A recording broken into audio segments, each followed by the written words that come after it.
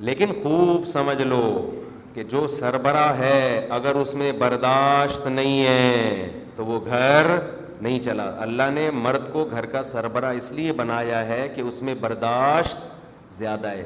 اور اگر آج کل کے مردوں میں جو برداشت ختم ہو گئی ہے تو پھر اللہ ان سے گھر بسانے کی نعمت چھین لیتا ہے. وہ دھکے کھاتے رہتے ہیں, طلاقیں دیں گے, پھر ادھر شادی, پھر طلاقیں دی, پھر ادھر شادی, پھر جو زندگیاں پھر طلاقوں کے بعد ہوتی ہے, مرد بھی برباد اور اس عورت کا تو بیڑا غرق ہو ہی جاتا ہے بیچاری کا.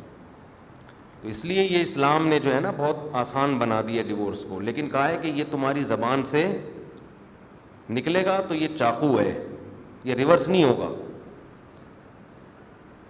پہلے آپ دیکھ لو, ہم اپنے باپ دادا کو دیکھتے تھے, ماں باپ کو دیکھا, ہم نے اپنے بڑوں کو دیکھا, بڑی بڑی لڑائیاں ہوتی تھیں, غصے بھی ہوتے تھے, اختلاف بھی ہوتے تھے, زبان سے طلاق کا لفظ بولو نہیں نکلتا. یہ نہیں نکلتا تھا بھائی, یہ تو ہونٹ کو سی دیا ہے, یہ نہیں نکلے گا کچھ بھی نہیں.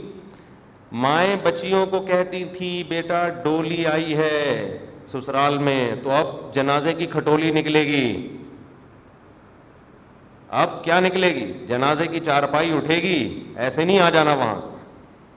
آج تو ایسے پاگل ہوئے ہیں یار, کھوپڑی گھومنے کو نا کمال سمجھا گیا ہے. یعنی نوجوان آدمی فخر سے بتا رہا ہوتا ہے اپنے دوستوں کو کہ دوست کو کہہ رہا ہوگا تجھے تو پتہ ہے تیرے بھائی کی کھوپڑی گھومتی ہے تو اسے کچھ سمجھ میں نہیں آتا. ابے یہ تو گدھے ہونے کی علامت ہے, یہ کوئی انسان ہونے کی علامت نہیں ہے. تیرے بھائی کی تو کھوپڑی گھومتی ہے پھر تو مجھے دیکھتا ہی نہیں ہوں.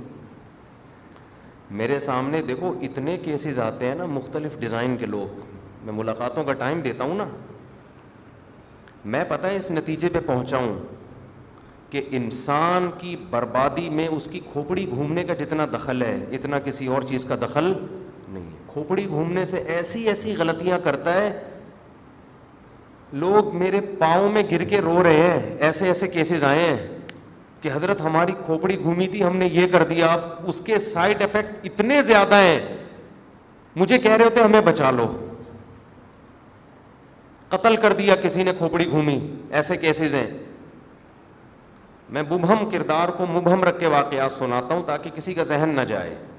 ایسے کیسز ہیں, کسی بات کوئی خبر ملی ایک دم ایکسائٹڈ ہو گیا, ایک دم جذباتی ہو گیا, اور پسٹل آج کل لوگ رکھ لیتے ہیں, آرام سے لائسنس بن جاتا ہے, لے جا کے بندہ مار دیا.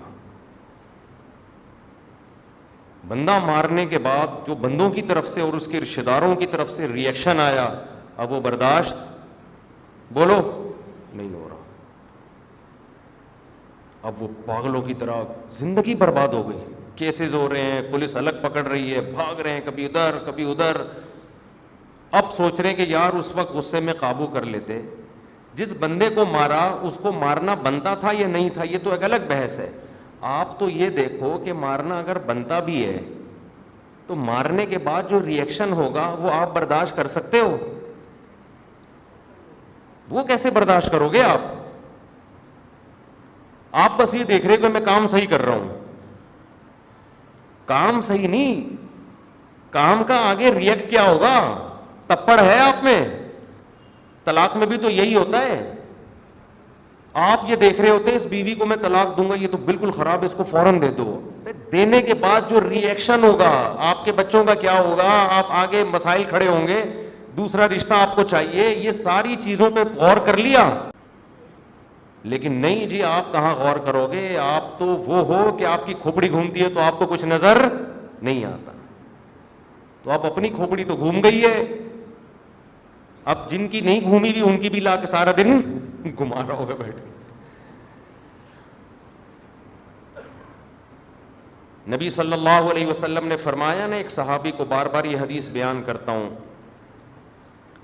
کہ ان فیک خصلتین یحبہم اللہ ورسولہ, تمہارے اندر دو خاصیتیں ایسی ہیں جس کو اللہ اس کے رسول بہت پسند کرتے ہیں. یہ بار بار میں حدیث, مجھے اس حدیث کے بیان کرنے تو بڑا مزہ آتا ہے. ہمارے نبی کسی کے چہرے پہ تعریف کر رہے ہیں, حالانکہ نبی نے چہرے پہ تعریف سے منع کیا ہے, لیکن یہ اتنی پیاری صفات تھی ان صحابی کے اندر کہ نبی خود منع کرنے کے باوجود ان کے چہرے پہ تعریف کر رہے ہیں. بعض چیزیں ایسی ہوتی ہیں کہ عام قاعدے سے وہ مستثنی ہو جاتی ہیں. بھائی یہ تو ایسی خاندانی صفت ہے کہ یہ تو ہم بیان کریں گے تاکہ ان کی حوصلہ افزائی ہو, یہ چھوڑ نہ دیں. اور میں کسی کے چہرے پہ اس کی تعریف کروں, غلطی ہو سکتی ہے. بھائی ہم انسان ہیں, کوئی وہی تھوڑی ہے, ہمارا تجزیہ ہے, صحیح بھی ہو سکتا ہے اور غلط بھی. نبی جب تعریف کریں تو اسٹیمپ لگا دی. صحابی کتنا خوش ہوتے تھے نا جب نبی صلی اللہ علیہ وسلم کسی صحابی کے ان تعریف کرتے تھے نا, تو صحابی کا دل بہت باغ باغ ہوتا تھا. خوب سمجھ لیں, اپنی تعریف سن کے خوش ہونا یہ کوئی بری چیز نہیں ہے, یہ نیچر ہے انسان کی.